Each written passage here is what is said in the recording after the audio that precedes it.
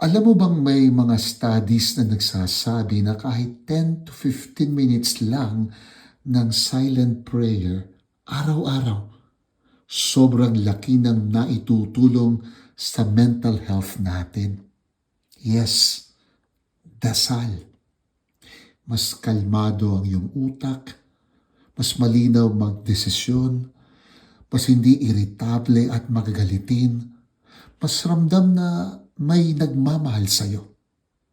Ang tanong, may oras ba tayo sa pagdarasal araw-araw? Yung tahimik lang sa harap ng Diyos, nakikinig.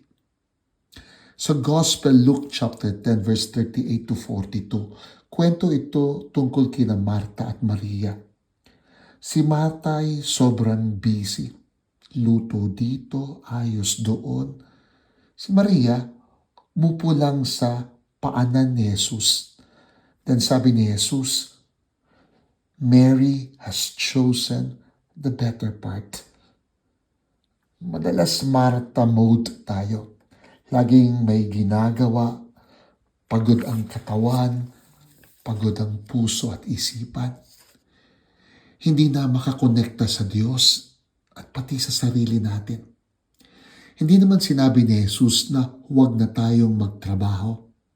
Pero tinukoy niya lamang maupo tayo sa kanyang harapan at makinig. Kahit 10 minutes lang, start small, no pressure. Siguro ito ang ibubulong niya sa atin, but also dwelling. Paki-like, share po at follow ang ating Conversations with Father Jerome SVT. Pakisuportahan din po ang Arnold Janssen ALS o Alternative Learning System. Tandaan, tibayan mo yung loob, pinagdarasal kita.